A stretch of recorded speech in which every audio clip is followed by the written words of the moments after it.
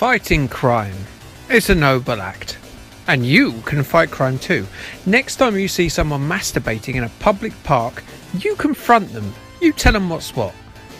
I wouldn't stand in front of them though. You have no idea how close they are to coughing up the yop or reaching their vinegar strokes.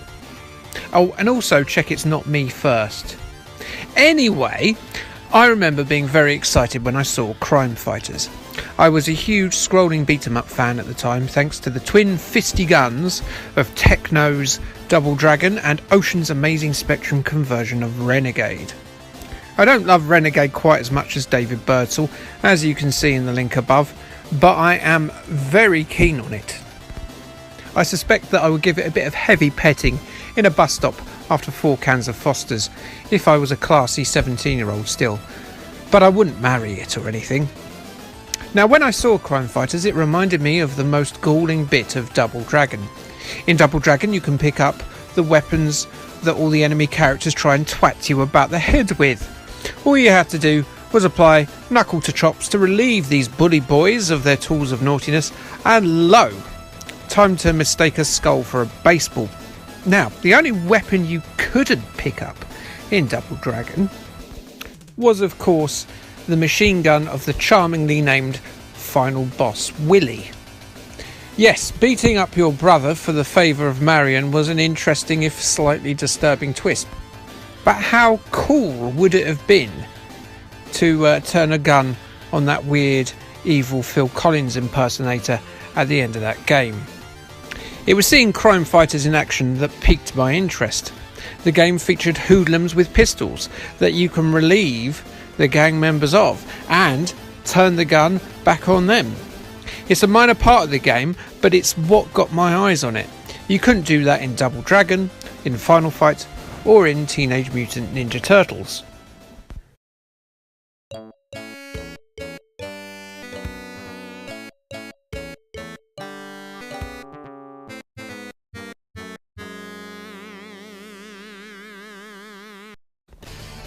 Speaking of Teenage Mutant Ninja Turtles, or Teenage Mutant Hero Turtles if you prefer, and if you do prefer that, you're a big old fan of bizarre late 80s British censorship.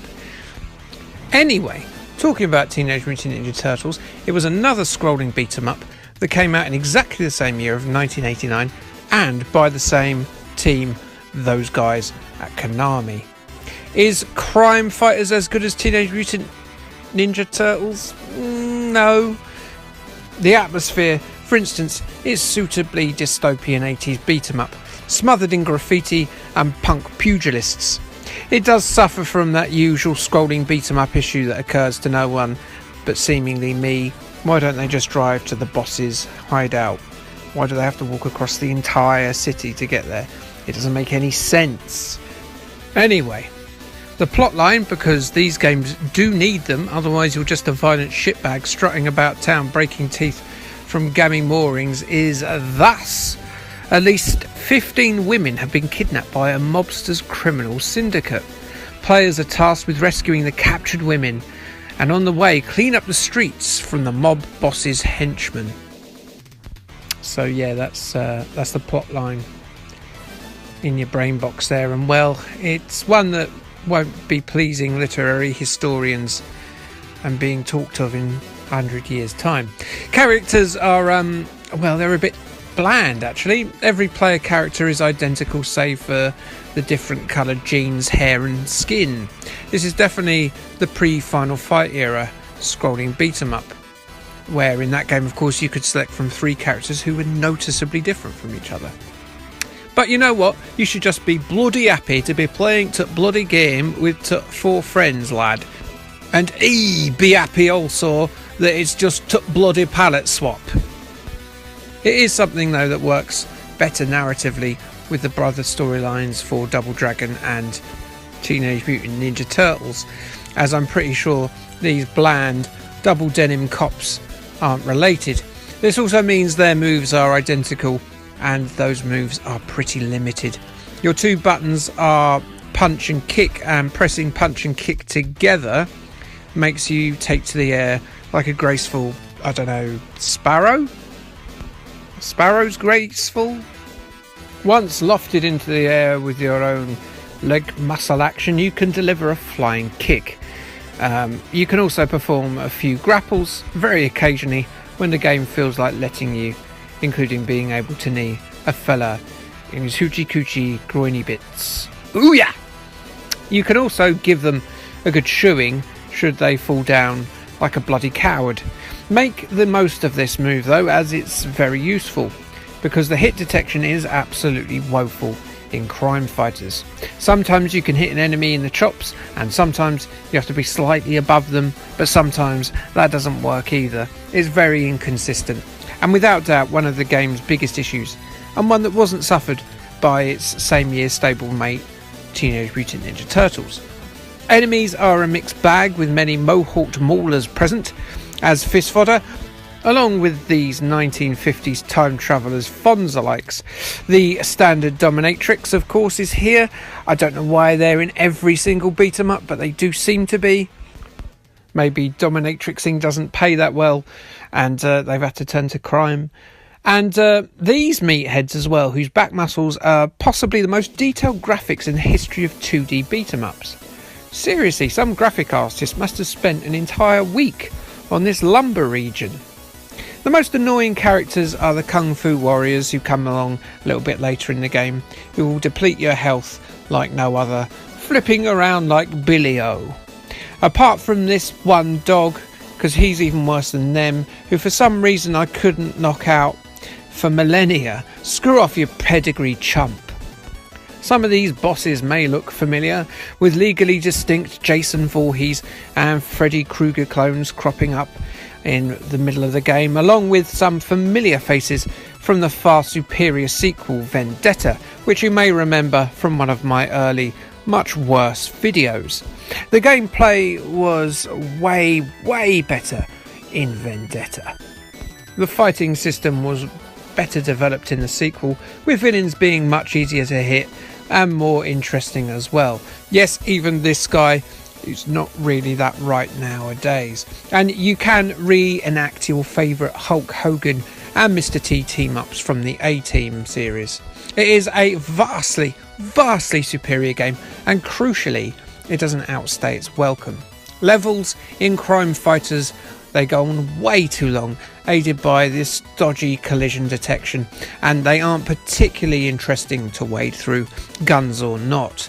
It's a cardinal sin for an arcade scrolling beat 'em up, in my opinion, to have levels that are too long, seeing as how simple the fighting mechanics are in these pre-Aliens vs Predator or Cadillacs and Dinosaurs era beat 'em ups. Although I do have to say that Final Fight had a few levels that were overly long as well, but that's different because that game's much better. So yes, I remembered this game as being a lot better than it is today, and with my nostalgia goggles set aside and put gently on the bedside table, I can say that Crime Fighters isn't very good at all. The only UK review I can find of Crime Fighters came from before the game had an official Western name even, with Computer and Video Games awarding it a 69% in their arcade action subsection. They said it was a challenge, and once you've got the hang of the controls, it's good fun and the gameplay above average. It's not exactly a glowing recommendation then. So there you are, Crime Fighters. It plays like a niggly, dull, overlong Teenage Mutant Ninja Turtles, but completely shorn of its fun, pace or bombast.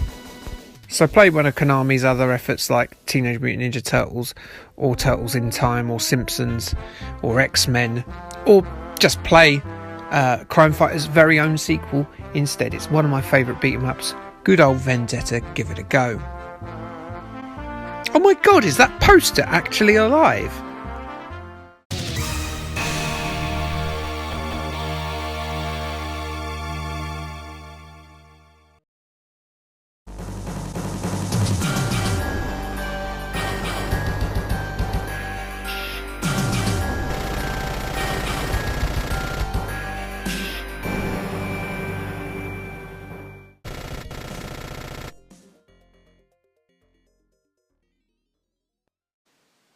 finally, I can talk about something that isn't an early 90s arcade game starring Hulk Hogan. Oh, for funk's sake.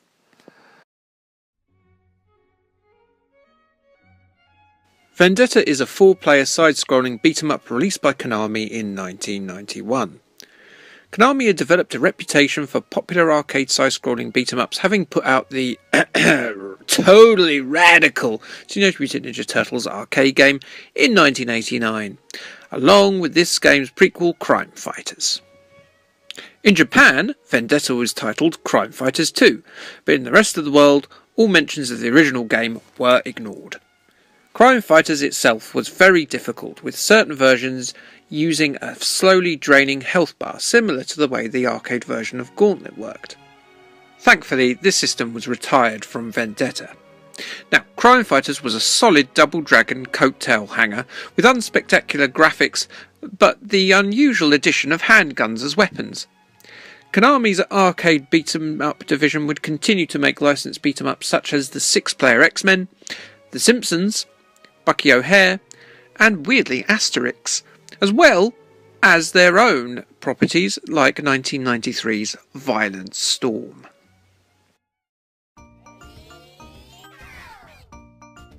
So let's have a look at this gang of reprobates then, shall we? Collectively, they're known as the Cobras, but not because they're all quadriplegic and spit at passers-by. Oh no, it's because in the 80s and 90s, Cobra sounded cool and edgy. Look at their blue faded jeans. First up we have Blood, who is the boxer.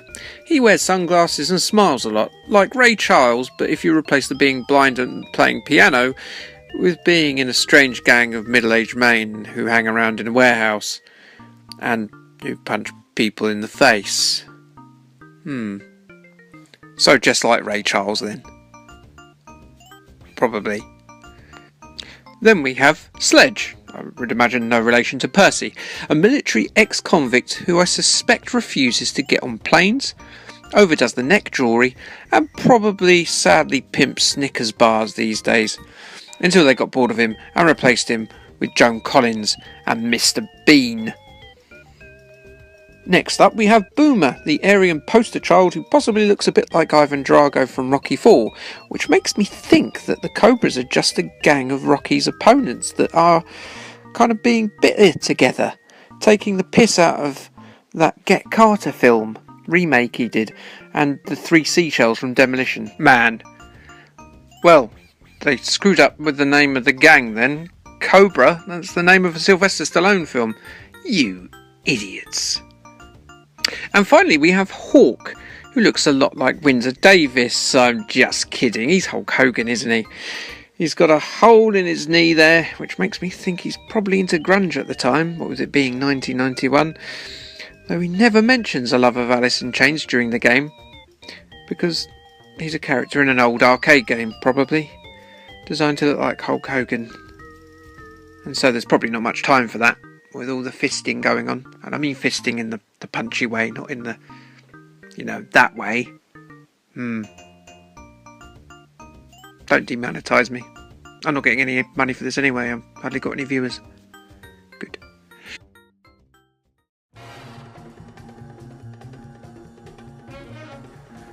So the story is that Kate, a young girl of about 20, that hangs around in a warehouse with a gang of violent middle-aged men, has been kidnapped by the villainous Dead End Gang. See, to me, villainous may be a bit subjective.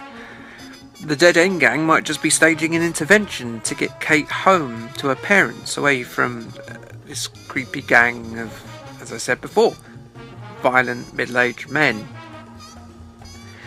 Anyway, so the Cobras have to fight through multiple levels in order to get Kate back from the evil Dead End Gang and their villainous leader Faust. Now the beat 'em up is standard fare, with the boss rush at the end of the game. We have to fight all the bosses and a lift stage just before you fight the final boss. But it does have some original ideas that are not used elsewhere. Vendetta has 2 buttons, punch and kick, which for the time were quite unusual. Most beat-em-ups of the time, such as Double Dragon, Final Fight, and Konami's own Teenage Mutant Ninja Turtles, used a 2-button system. But they usually utilised the buttons as attack and jump rather than punch and kick. Enemies can be grappled, such as in other franchises, but there's also the option to give them a bloody good shoeing on the ground too. Look, you could even knock this defenceless man into the sea and his watery grave. Remember, we're the good guys. There's a large array of weapons to use against the hordes too, such as knives, bricks, baseball bats, this bit's great, chains, barrels that roll over opponents, this daft bucket, a whip, a cactus, a bag of flour, and a bloody shotgun. That's a bit much, isn't it? I just thought you were going to go and rough them up a bit. We're the good guys, remember? Good guys. Here, have this Molotov cocktail, you shite guzzling piglet. The game is full of nice little touches. Look at this guy puking up after a bout of the old fisticuffs about his person. And this bit where you kick the legs off this scaffold, causing severe brain damage to the chap underneath. What fun! The graphics are a significant step up from its underwhelming forebear for Crime Fighters. That said, there's no real memorable character designs like Poison or Sodom in Final Fight, or a Bobo in Double Dragon. Though I think the first stage boss, Buzzsaw Bravado, is kinda neat. I'm not sure what they were thinking about with the design for the end of game boss Faust, but as Final Fight had you fighting a guy in a wheelchair, I guess the design is fair enough. Other than that, it's a bit of a mixed bag. You got your standard street toughs, this fat Rey Mysterio man, the dominatrix with the obligatory bouncy jugs, and a man in S&M gear whose one form of attack is to dry hump sexually assault you. What? Yes, the Japanese version of Vendetta featured these chaps, who attack you with sodomy. Just buggery, that's their only attack, and if you're not close enough, well, they do this. Thankfully, these guys were censored out of most versions of Vendetta, as they certainly are one of the more outrageously offensive enemy types I've seen in any game ever. Vendetta exemplified a Konami arcade division at the top of their game. It's inventive, great to control, and has a fair difficulty for an arcade release. For some reason, just like its prequel, Vendetta never got a port to a home console, which is a shame. Now, I'd like to end with an overview of my favourite background graffiti from the game. God is love. Of course he is. Surrounded by all this beauty. The beauty of violence. Thanks God. Sod it! And yeah, this bit appears just before the really controversial gay guys appear. Sod it indeed. No-go area for pigs, or as I read it first, no-geria for pigs, which is a wonderful disease that they get where they start itching while they oink, and that's how you get pork scratchings. Well, to really push the point home with this section, they put a hot dog in the bin there, so the pig knows not to go near where the graffiti warns it, so it's very good. Graffiti died. With this game, yes, probably it did. Good thing Banksy bought it back. Phones are evil, yeah. And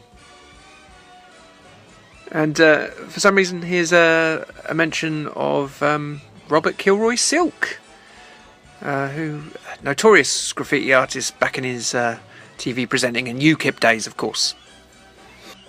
And the Jam Man, yes, the Jam Man, making his preserves in these tough streets of like Harlem or wherever this game's set. Should do some research, really, shouldn't I? But yeah, makes a mean curd. Thanks, Jam Man. This graffiti's really low to the ground. It says mad. I presume it's some very angry dwarves. Sorry, little people.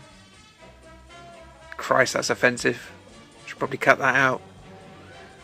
Sorry.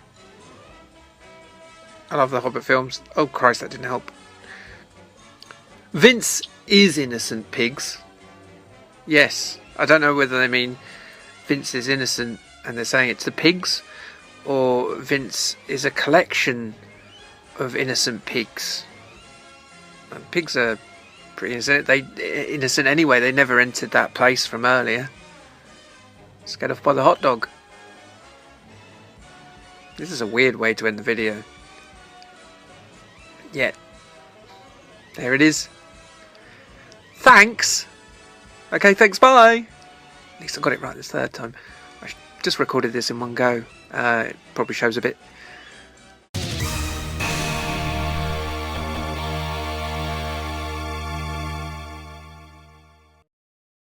Great film trilogies. The original Star Wars movies, Godfather, Back to the Future. In games, great trilogies could include Mass Effect, The Witcher, and the Arkham games. A good trilogy tends to keep the themes of the original intact, maintain its visual styles, and create a strong cast of characters whose development and exploits aren't enough to be contained in one or even two movies. Violent Storm and its two predecessors, 1989's Crime Fighters and 1991's Vendetta, both covered in depth over the 3 years of this channel's existence, in the wrong order obviously because I'm rubbish, are about as far from that description of a decent trilogy as can be.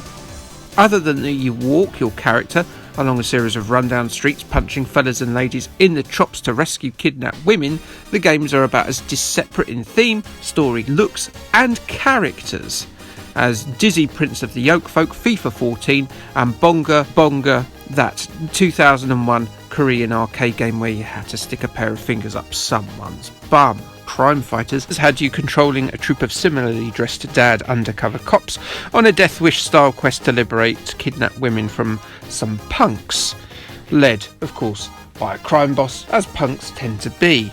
Vendetta placed you in the coloured t-shirts of a violent gang of middle-aged celebrity lookalike roustabouts intent on rescuing a young woman from a rival gang.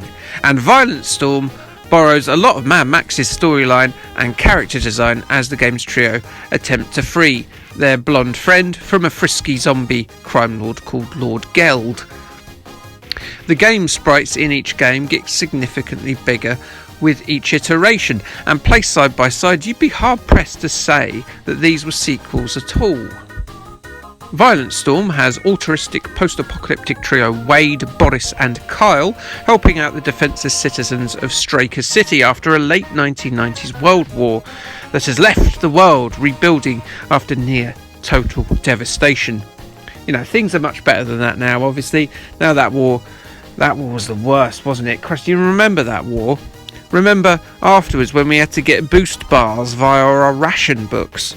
Christ, kids will never remember the war of the late 1990s, will they? God, the sacrifices we had to make in the late 90s and early 2000s to rebuild. World War III, what a doozy that was. Anyway, Straker City's struggles are compounded by the corrupt and ruthless Geld Gang, a ragtag group of scroats, hobos, punks, wayward martial artists, your absolutely prerequisite in any scrolling beat-em-up dominatrixes, and the world's most graphically fat, roly-poly goon in video game history. Look at that blubber, put a shirt on, fatty folks, you chub waller. So annoyed are the Geld Gang with the three vigilantes getting up in their criminal grill that they decide to threaten their mate Sheena, who is merely out getting her post-apocalyptic groceries, with Lord Geld's lightning-quick Aldi Blanca costume sporting right-hand man, Red Freddy, snatching her away. And boy oh boy did he make a boo-boo there, because that's a tactical error as Wade, Boris and Kyle decide that they're going to bring down the organisation of Lord Geld and rescue their little crop top friend there as well. Whilst Violent Storm's predecessors definitely lean heavily into the company's licensed brawlers like Teenage Mutant Ninja Turtles and The Simpsons, Violent Storm is a love letter to arch rivals Capcom's most famous side-scrolling effort, of course, 1989's Final Fight. Not only are the character sprites pumped up to screen-filling proportions, but each of the main characters is as much of a rip-off as those toys you used to get down the local market that aped the likes of He-Man or Thundercats. You know the ones.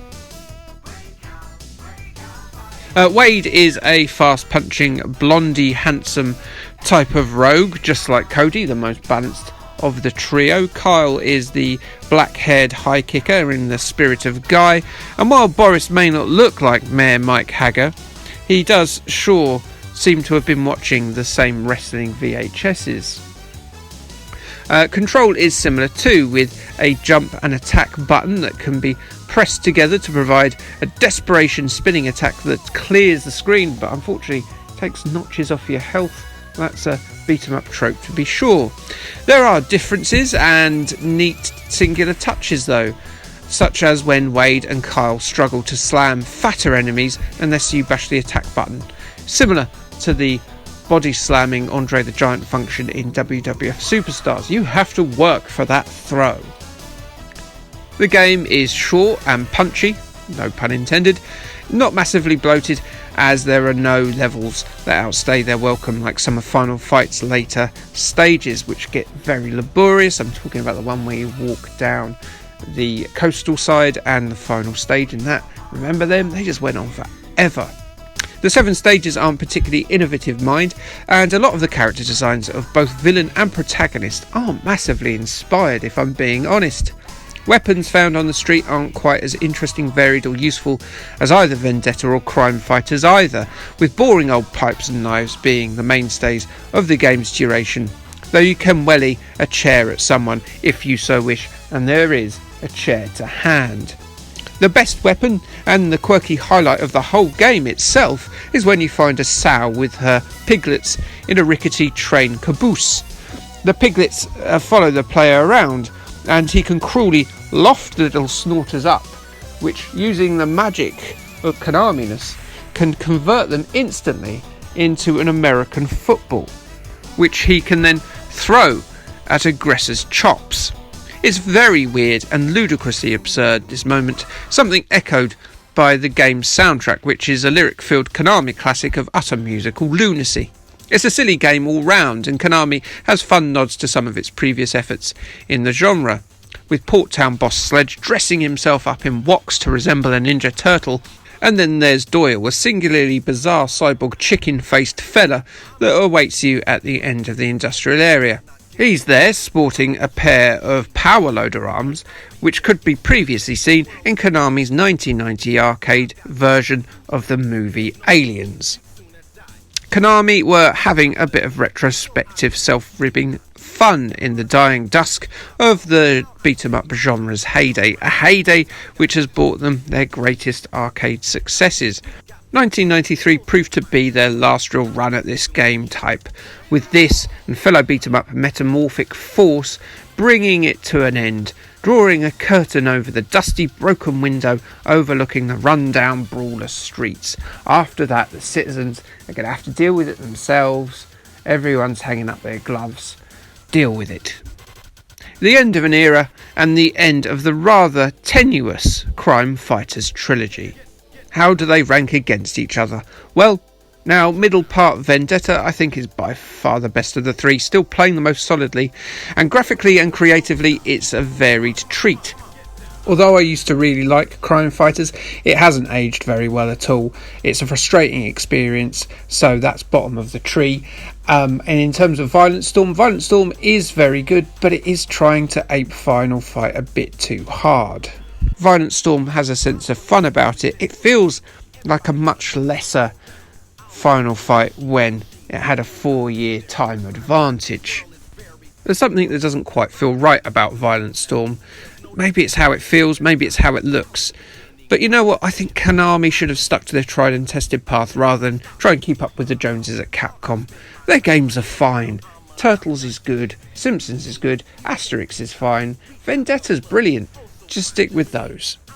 That said, far from being the worst example of the genre is Violent Storm. Worth a go. Open up that main file and try all three, see what you think of them, and tell me that I'm a plank for getting it so wrong in the comments.